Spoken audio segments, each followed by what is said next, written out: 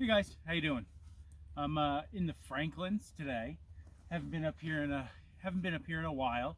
I'm just making a quick, it's an overview video of. I just wanted to. I haven't done a lot of arid weather, arid environment videos, posts recently. So I just wanted to do one today, kind of going over. I had made a video a while ago about Arid Environment, OP, LP, whatever you want to call it, whatever your branch called it, right? But I have learned and practiced some different techniques and stuff over the last 6 months, and so this video is kind of like an overview of like the kit and gear that's not necessarily necessary, but is a big help, and that I've found in an arid environment. I've found that it is very helpful with doing the reconnaissance surveillance type things that I've been practicing.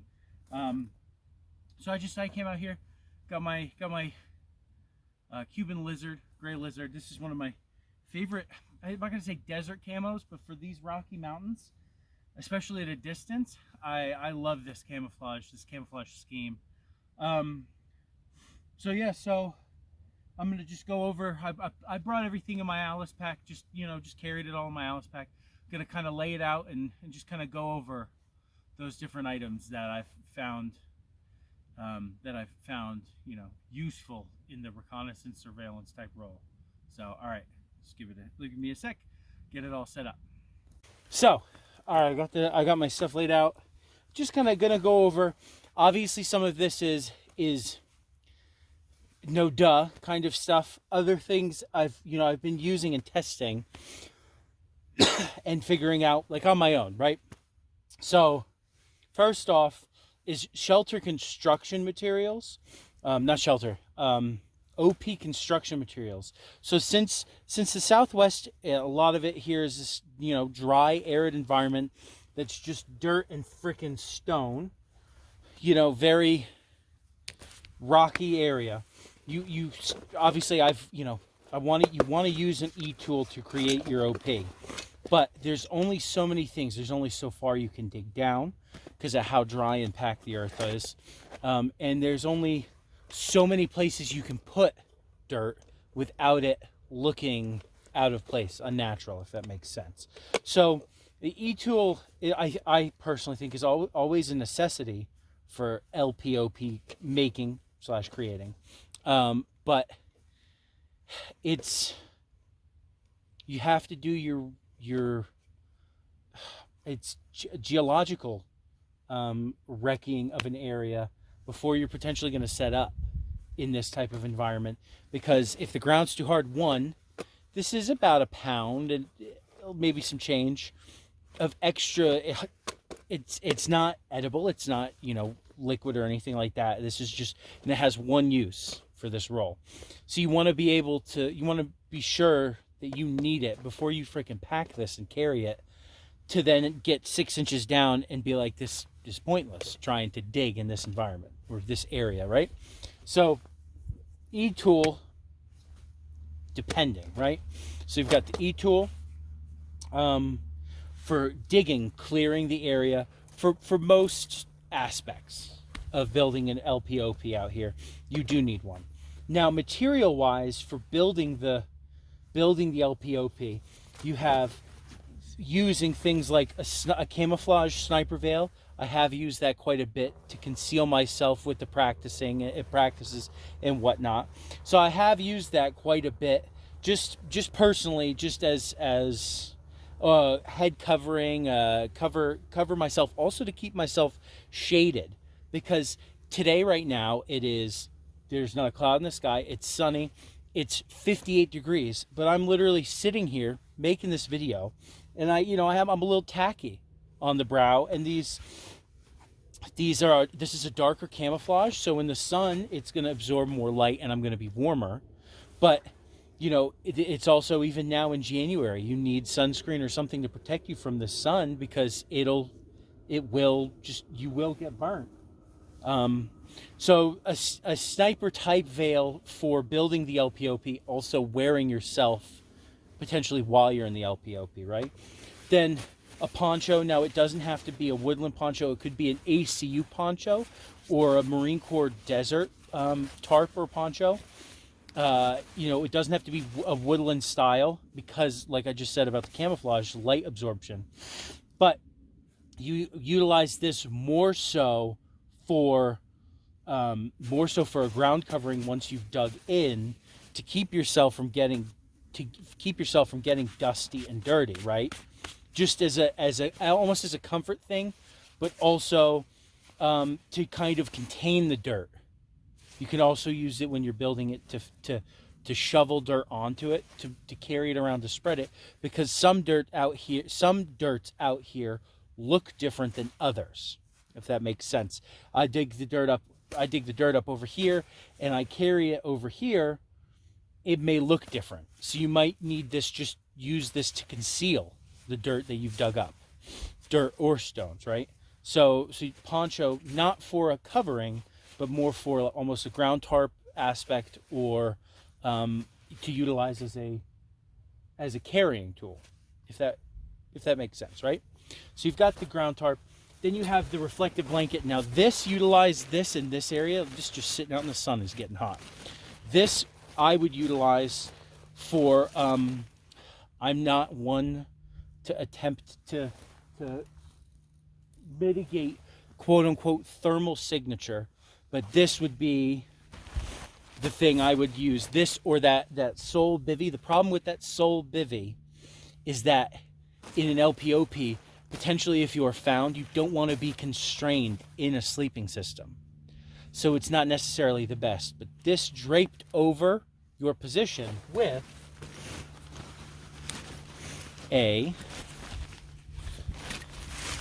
desert camouflage net. Now this one I haven't spray painted yet. I haven't really utilized it much. I've only practiced with it once or twice. So it does need to get a good coat of spray paint because you can hear it rustles. Out here though, things are harder and they do rustle more than back east, right? So dig down, put this as a ground cover, put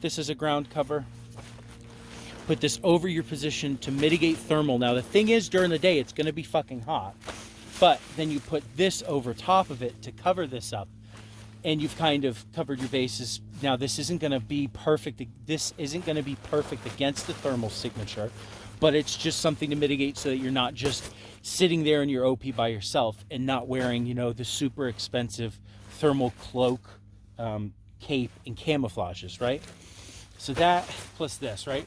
Another thing is a friendly force identifier, a VS17 type panel for the back of your, for the back or the top of your OP, potentially to be viewed by friendlies, right? Friendlies, or potentially to be viewed by it would be friendly forces, but I mean by friendlies from the air or from coming from the mountains from behind you. Say I set up an OP and I know that my friendly forces are going to be looking for me, like, hey, I've been in this position for 3 days. I've been relaying back the information, and now more friendlies are going to move into the area to secure it and potentially take an objective. I know that they're going to come from behind me. I know that the enemy's MSR or where they're patrolling is in front of me, that they don't deviate from that area. That's why I'm doing this quote unquote reconnaissance. So I would put this up potentially on the rear of my, like, hey, we're going to be there in an hour. Roger, good to go. Take this, open it up, put it on the rear of my position to mark it for friendlies coming towards you. Once they get there, then you take it down. This is just a friendly force identifier, right? So just VS17, whether it's big or small, whatever. And the other thing too, I've learned being here in the Southwest, the other thing I've learned is goggles. Goggles are a necessity here when it comes to especially being in a static position. They are a necessity when you're sitting there with the wind that picks up here. If you are supposed to be observing and watching something, you can't just be sitting there squinting. and trying and rubbing dust out of your eyes, and I guess unnecessarily moving by trying to keep the dust out of your eyes, right? So goggles are a necessity here in the Southwest, especially in the springtime when it started the windy season, right? So goggles. Then I have my 7 and 50 Fujinon Binos. What are these? The M22s? M24s? Question mark. I think they're the M22s. But these are great because they do have a crosshair reticle on it, which makes it a lot easier for acquiring an area. You set this up and you can just kind of have it zeroed in, if that makes sense.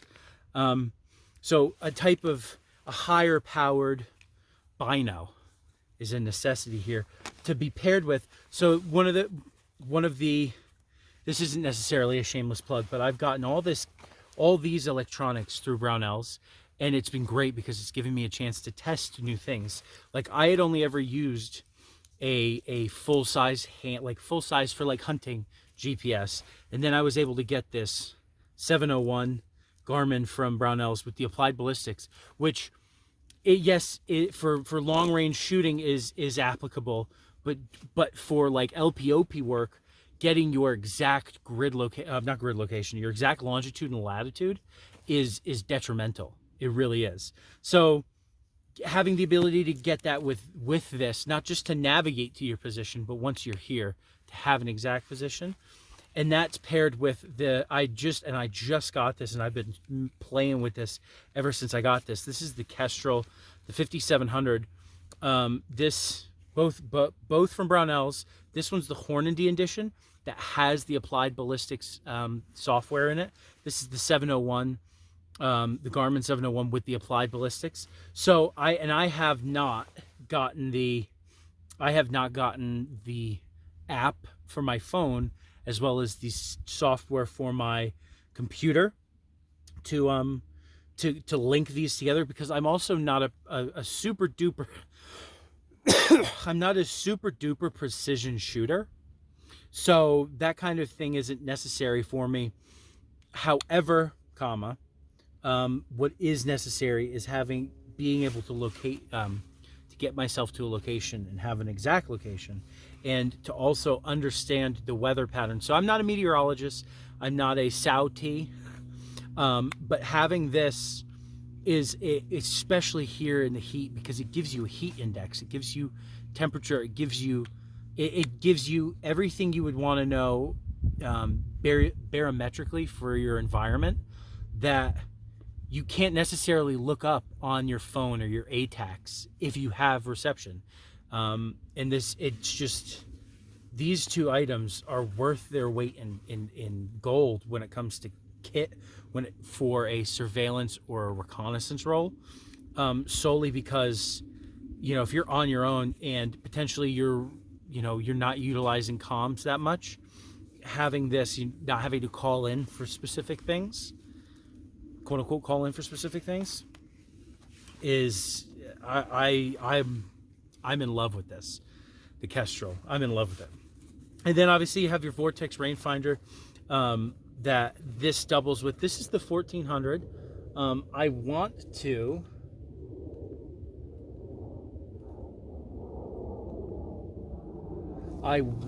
get the 3000.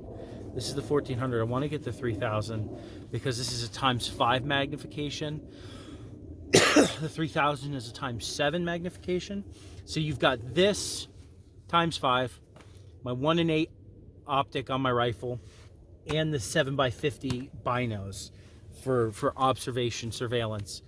I mean, you've got all those different range magnifications for ranges and whatnot. So